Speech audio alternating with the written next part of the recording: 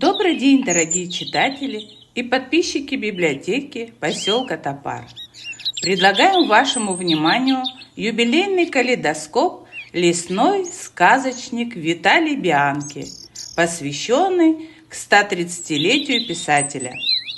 11 февраля родился Виталий Бианки, советский писатель, автор более 300 произведений для детей, многие из которых экранизированы. Виталий Бианки родился в Санкт-Петербурге. Его отец был ученый-орнитолог и заведовал зоологическим музеем.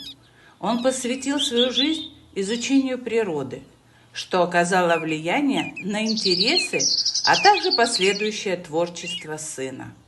Мальчик с детства слушал рассказы о птицах, учился ухаживать за животными. Каждый человек любит природу, но иногда встречаются люди, наделенные каким-то особенным отношением ко всему живому. Природа это чувствует и будто ждет момента, чтобы поделиться с ним сокровенными секретами, потихоньку от других раскрывает свои заветные тайны. В присутствии таких людей самые капризные растения расцветают пышным цветом, а самые пугливые животные забывают про все свои страхи.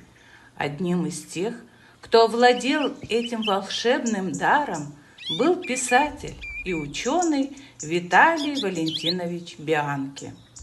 Повсюду, в лесу, на полянке, в реке, на болоте, в полях ты встретишь героев Бианки, у них побываешь в гостях.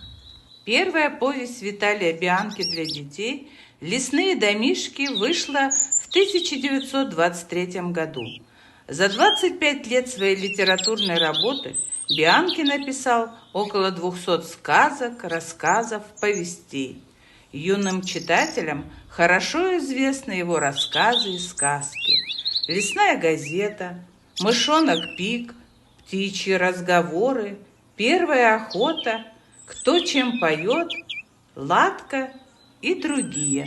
Человек, буквально влюбленный в природу, как никто другой знающий ее, Виталий Бианки большую часть жизни посвятил описанию мира загадочного и неповторимого, таинственного и удивительно разнообразного мира русского леса и его обитателей.